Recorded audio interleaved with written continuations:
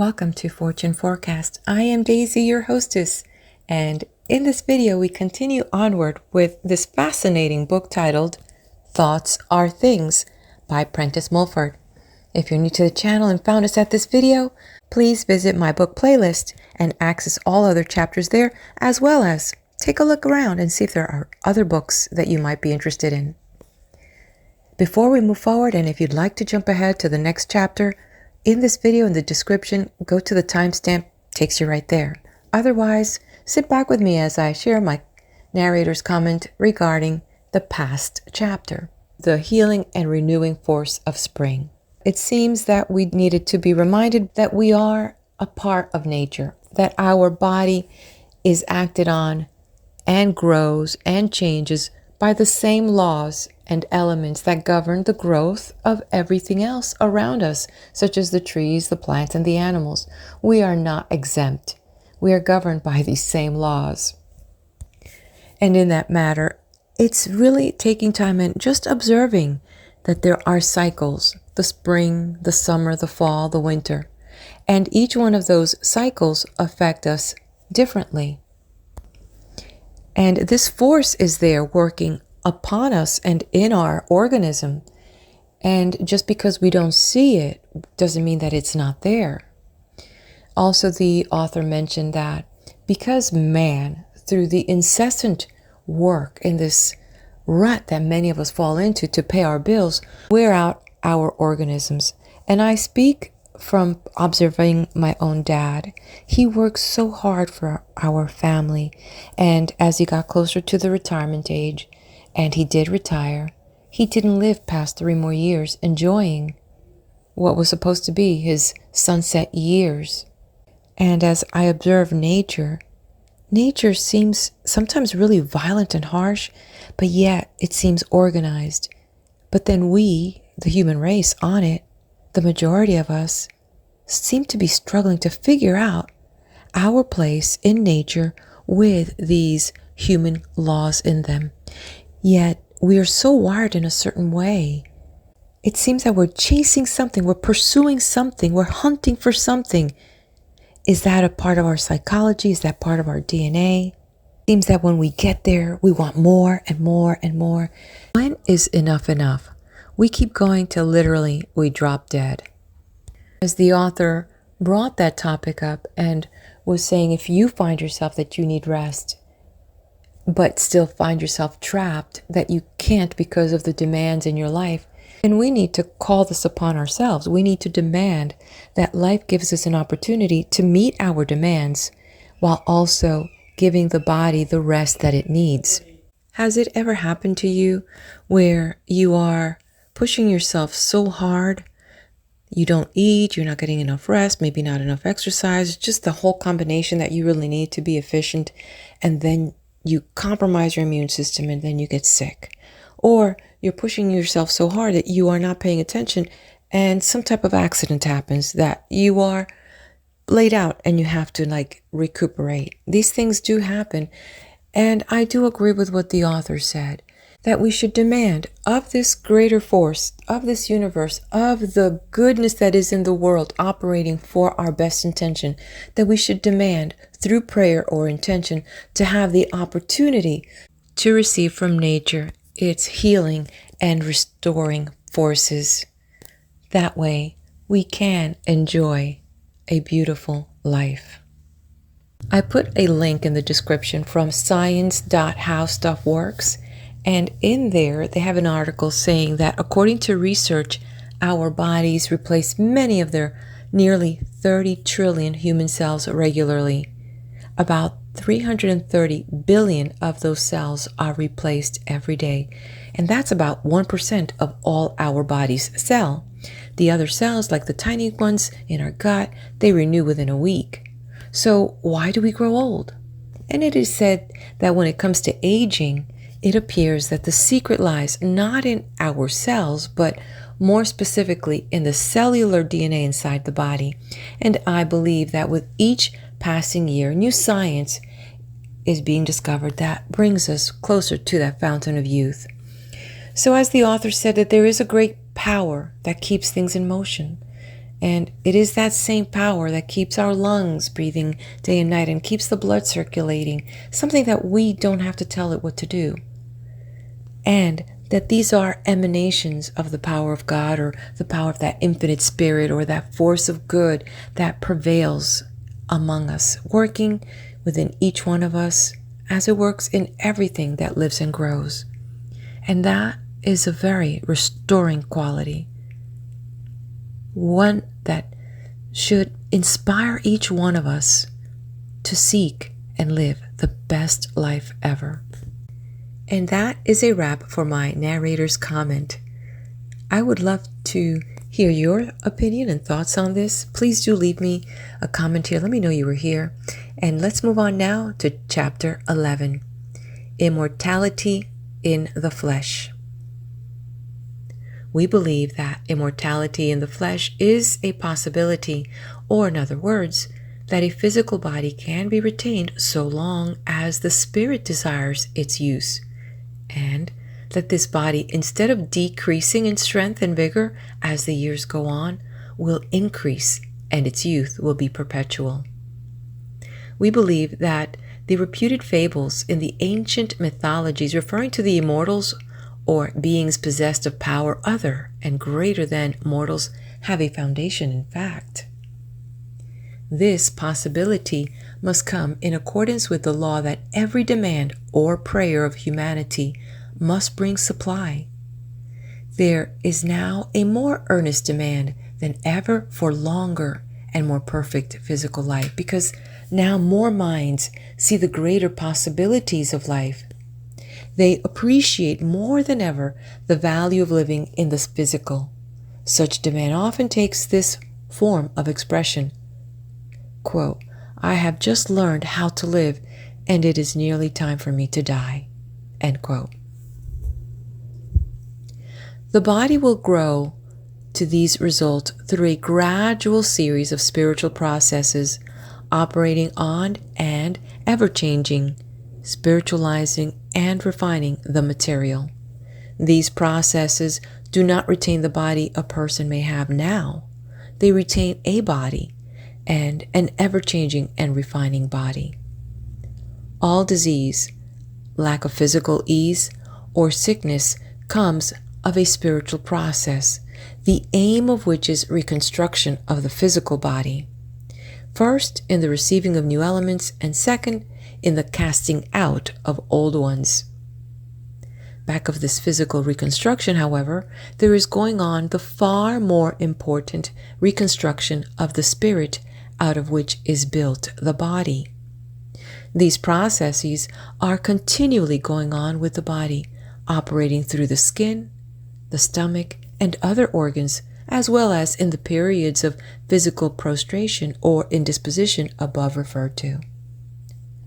All sickness is an effort of the spirit renewed by fresh influx of force to cast off old and relatively dead matter. But as this intent has not been recognized by the race, the spiritual process or effort with its accompanying pain and discomfort has been held and feared as a signal or approach of death. So with new knowledge of spiritual law and judging everything by the material, the temporary and necessary weakness of the body accompanying the process has been considered an unmitigated ill. Such belief has in the past only aided the spirit to pile on itself more and more of belief in the untruth that, after a certain term of years, no power or force in the universe could prevent the physical body from aging, shriveling, weakening, and finally perishing. The body is continually changing its elements in accordance with the condition of the mind. In certain mental conditions, it is adding to itself elements of decay, weakness, and physical death. In another mental condition, it is adding to itself elements of strength, life, and perpetual life. That which the spirit takes on in either case are thoughts or beliefs. Thoughts and beliefs materialize themselves in flesh and blood. Belief in inevitable decay and death brings from the spirit to the body the elements of decay and death. Belief in the possibility of an ever-coming inflowing to the spirit of life brings life. If new life is being thus added to you, there must also be an accompanying throwing off of the old, relatively dead matter of the body. Just as when an influx of new life comes to the tree in the spring, it casts off the dead leaves which may have clung to it all winter.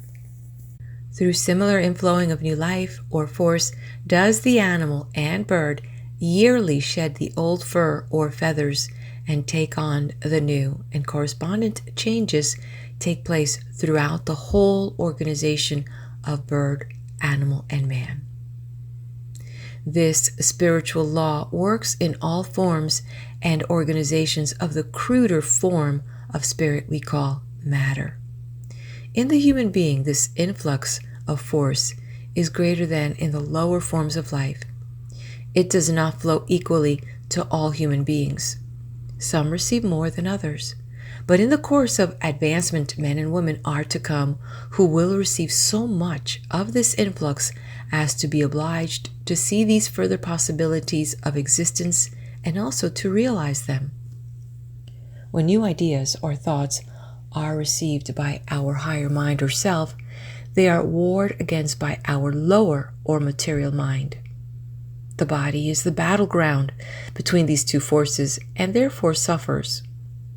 As minds come to trust, even to a small extent, in the supreme power and entertain the idea that physical disease and physical death are not absolute necessities, the higher power must prevail. Some old error will be cast out, some new idea will come to stay, the body will be better and stronger after each succeeding struggle, and these struggles will also gradually become less and less severe until they cease altogether.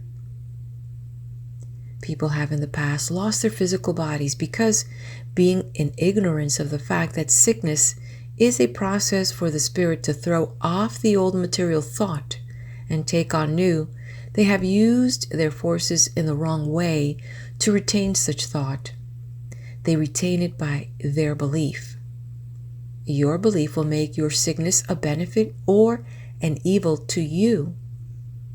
If you can but entertain the belief that it is a spiritual process for getting rid of old, worn-out elements, you assist greatly the mind in the performance of this process. If, however, you believe that sickness is entirely a physical condition and that no benefit and only evil comes of it, you are using force only to load down the spirit with more and more error, of which your flesh and blood will be in quality and expression, until at last your spirit rejects the body it has been trying to carry and drops its burden. It rejects at last the whole body through the same laws by which it rejects a part of it when that part is spiritually dead. If you receive with scorn the thought that your physical body, through fresher and fresher renewal of its substance, can be made perpetual, you close to yourself an entrance for life and open another to decay and death. We do not argue that you ought to believe this. You may be so mentally constituted that you cannot now believe it. There are many things to be in the future which none of us have now the power to believe. But we can, if the thing deemed impossible be desirable, pray or demand a faith which shall give us a reason for believing, and such faith will come in response to demand. Faith means power to believe in the true, or the capacity for the mind to receive true thoughts. The faith of Columbus in the existence of a new continent was a power in him to entertain such idea greater than others of his time. People who, to use the common expression, have faith in themselves, have also an actual power for carrying out their undertaking greater than those who have no faith in themselves. When you demand faith in possibilities for yourself that now seem new and strange, you demand also the power and ability to draw to you the capacity to see or feel reasons for truths new to you. If you demand persistently the truth and only the truth, you will get it. And the whole truth means power to accomplish seeming impossibilities. Thy faith had made thee whole, said the Christ of Judea to a man who was healed. To us, this passage interprets itself as meaning that the person healed had an innate power of believing that he could be healed. This power, which was of his own spirit and not of Christ's, so acted on his body as instantly to cure his infirmities. Christ was a means of awakening this power in that man's spirit. But Christ himself did not give the person that power. It wore latent in the person healed. Christ woke it into life, and probably only temporary life and activity, for we do not hear that any of the recorded cases of sudden healing in those times were permanent. They fell sick again and finally lost their bodies. Why? Because the faith or power they drew to themselves for a brief time did not come to stay. They had not learned to increase it continually through silent demand of the supreme power. Their spirits went back into the domain of material belief. When that belief again materialized, a load on the spirit hard to carry, and they were sick, not one was at hand like the Christ to awaken it into a temporary faith or power. No person can become permanently whole, which implies, among other powers, immortality in the flesh, and have entire and permanent freedom from disease, who is ever trusting or leaning on any other save the Supreme to gain the power of faith. In this respect, every mind must stand entirely alone. You cannot draw the highest power if you depend always for help from another or others. If you do, you are only borrowing or absorbing their faith. Such borrowed faith may work wonders for a time, but it does not come to stay. When that of which you borrow is cut off, you will fall into the slough of despond and disease again. You had really never drawn from the right source, the Supreme. Our most profitable demand or prayer, made consciously or unconsciously, is, let my faith be ever increased. When you reverse your mental attitude regarding sickness and do but entertain the belief that it is an effort of the spirit to throw off errors in thought, which as absorbed and received from earliest infancy are materialized in your flesh, you gradually cease to load up with error. You commence also the process of unloading and casting out all former errors in thought. The sickness you had many years ago in fear of death has in a sense packed away the particular remembrance of such mood of fear in your being, and with it the belief that accompanied such remembrance.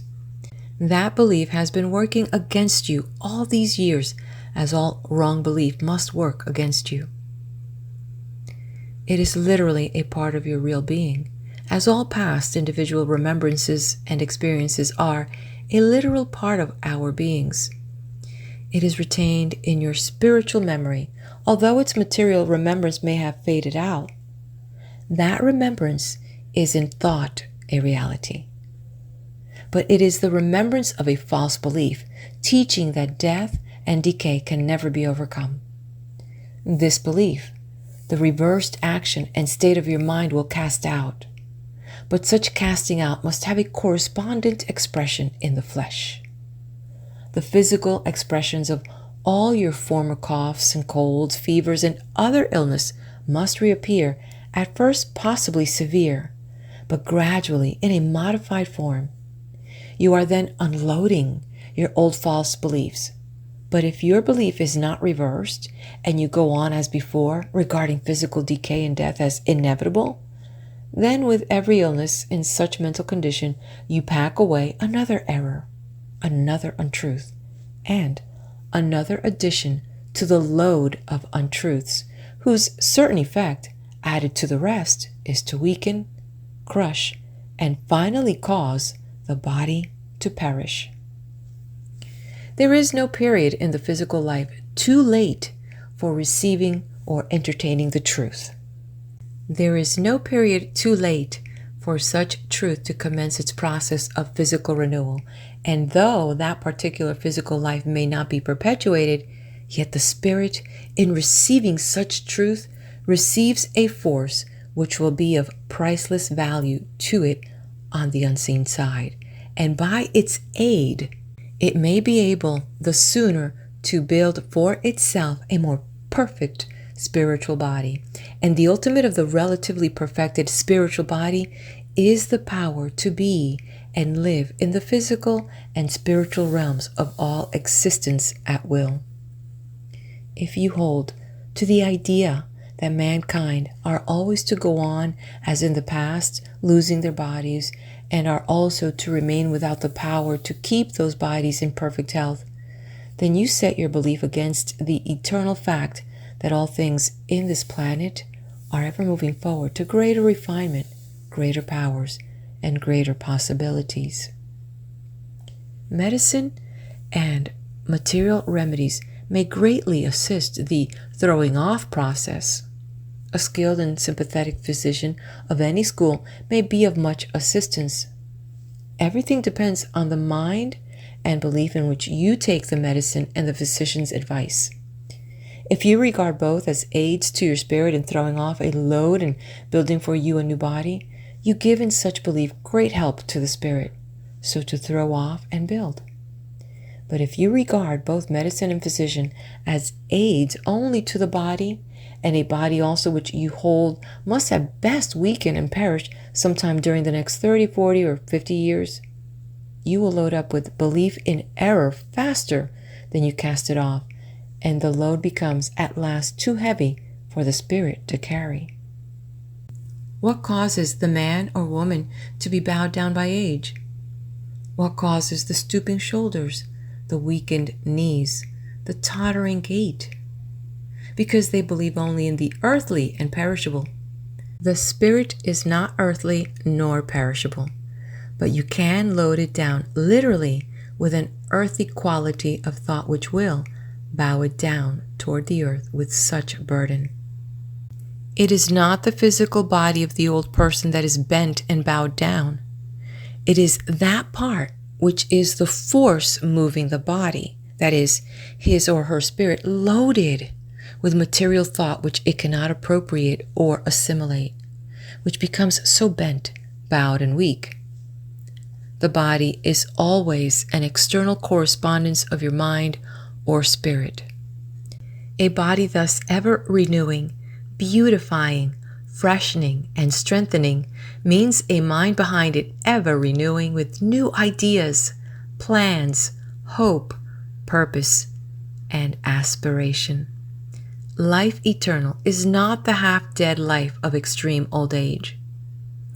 The person who can see only the physical side and temporary expression of life, who eats and drinks in the belief that only the body is affected by less eating and drinking, who believes that the body is sustained only by force generated within itself, and that it is not fed of an unseen element coming from the spiritual realm of element, and who believes that nothing exists but what he can see, hear, and feel with the physical sense, that is, the material which is always the temporary and perishable, draws to himself mostly those forces and elements which cause the temporary and perishable, and these acting in his body make it temporary and perishable.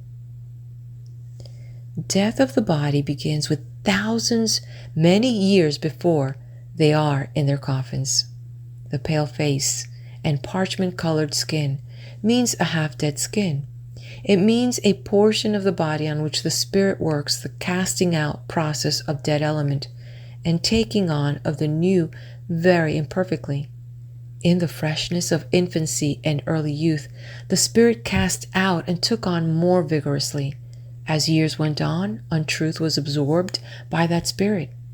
Its growth in knowledge was more and more retarded. Responding physical changes became slower and slower. The body commences to show signs of age, that is, to die, because such spirit was less and less fed of that element which brings constant renewal of new thought, which is new life. So far does the belief and faith in weakness and decay prevail with the race that wisdom is often allegorically portrayed as an old man, gray, bald-headed, bowed, and sustained by a staff. That means a wisdom which cannot prevent its own body from falling to pieces. In that form of being we call the child a spirit or mind having come in possession of a new body. There is for a period a greater spiritual wisdom than when the child is physically more matured. It is the unconscious wisdom of intuition. It is for a time more open to the truth. For such reason, up to the age of 18 or 20, the spiritual casting off and taking on processes with the body are more perfectly performed. These relatively rapid changes in the physical maintain the bloom and freshness of youth. Sooner or later, however, the higher spiritual process ceases gradually to operate.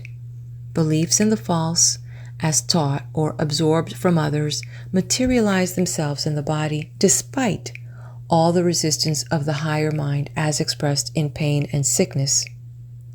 The load of belief in the earthly and perishable accumulates. The body assumes an appearance in correspondence with such thought. At last, the higher mind refuses longer to carry such a burden, flings it off, and leaves a dead body. The death of the body is then the final process for casting off cruder element from the spirit, which it can no longer use or appropriate. But it is very desirable for the spirit to be able to keep a physical body which shall refine as the spirit refines, because in such equality of refinement between the spirit and its instrument, our increase in happiness is greatly advanced, and the relatively perfected rounding out of our powers cannot be realized until this union between spirit and body is effected. When the Christ of Judea said to the elders of Israel of the little child, "Except ye become as this child, ye cannot enter the kingdom of heaven," he meant, as the text interprets itself to us, that they should become as open to that inflowing of force as that spirit, the child, was at that period of its existence. Were such influx maintained, the youth of the body would be perpetual. The child is more led of the spirit than the grown-up person. It is more natural. It discards policy. It shows openly whom it likes and whom it does not. It has often more intuition. It will dislike a bad man or a bad woman when its parents see no evil in that person. It knows, or rather feels, far more regarding life than its parents give it credit for. But it cannot voice its thoughts in words. Yet the thoughts are still there. It has not learned to train itself to the double-faced custom of the world, which smiles in your face and sneers behind your back. It is relatively natural. Its spirit for a time gives itself free expression. When the spirit loses this freedom of expression, when we pretend what we are not, when we say yes outwardly and think no inwardly, when we court only to gain a favor, when we feel anger or disappointment or irritation within and pretend content and happiness without, we become more and more unnatural in all tastes and desires.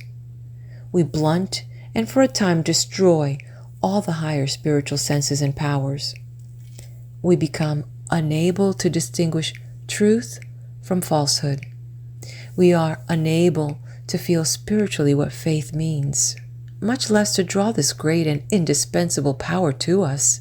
And without this drawing power, the physical body must be cast off by the spirit. The body, in dying, does not give up the ghost. It is the ghost, the spirit, that rejects the material body. Its spirit, through casting off unbelief, becomes more and more accessible to thoughts and things that are true, and therefore grows to more and more power. It will, acting in all parts and functions of the body, operate the casting off process more and more quickly, as it does in the material youth. It will refuse or reject through the physical senses of touch or taste anything which would injure or adulterate it. It can attain to such power that an active poison, if accidentally placed in the mouth, would be instantly detected and rejected, or, if swallowed, would be instantly cast from the stomach. It is not the physical stomach which rejects food unfit for it or casts out the nauseous dose. It is the spirit which moves the organ to such action through a knowledge of its own that the cast out substance is unfit for it. It is so unfit because there is no spirit nor quality in the rejected element which can assimilate with and help the spirit.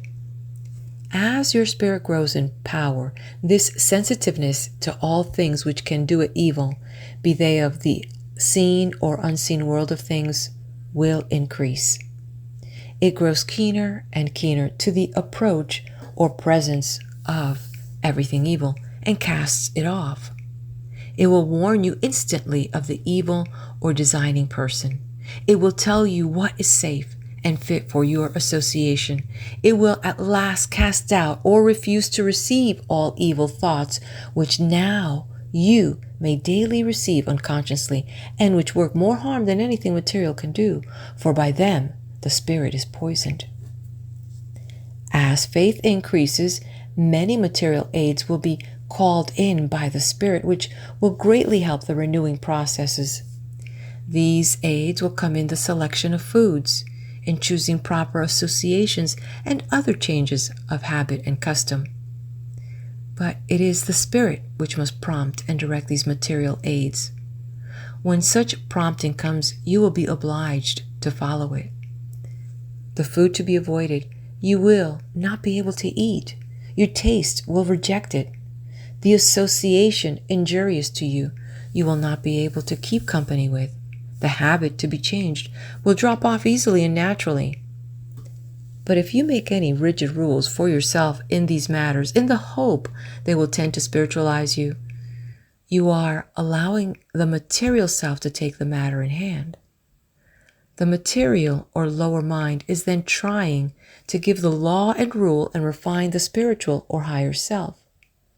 Let the spirit increased in faith do the work. And when the time comes for you to reject any animal food or any of the grosser element in any form, the desire and relish for these will have gone. In stating our belief that immortality in the flesh is a possibility, we do not infer that it is one which any now physically alive may realize.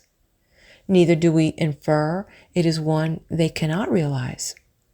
Nor do we argue that people should immediately set to work in any material sense in order to live forever. We hold only that it is one result which must come sooner or later of that spirit evolution or growth from the cruder to the finer, which has always been operating on this planet and on every form of matter. Matter is spirit temporarily materialized so as to be evident to correspondent physical sense.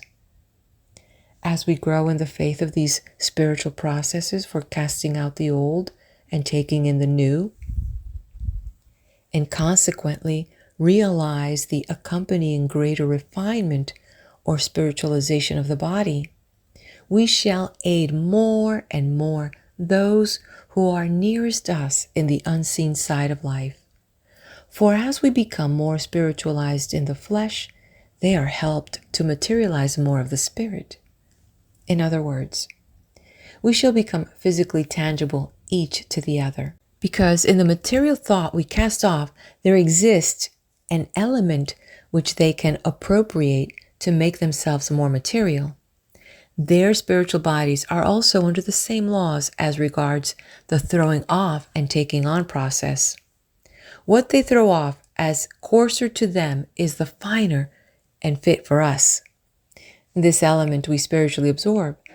It is for the time and condition a certain spiritual food and life for us. Through what they throw off, we are aided to spiritualize the body. Through what we throw off, they are aided to materialize the spirit.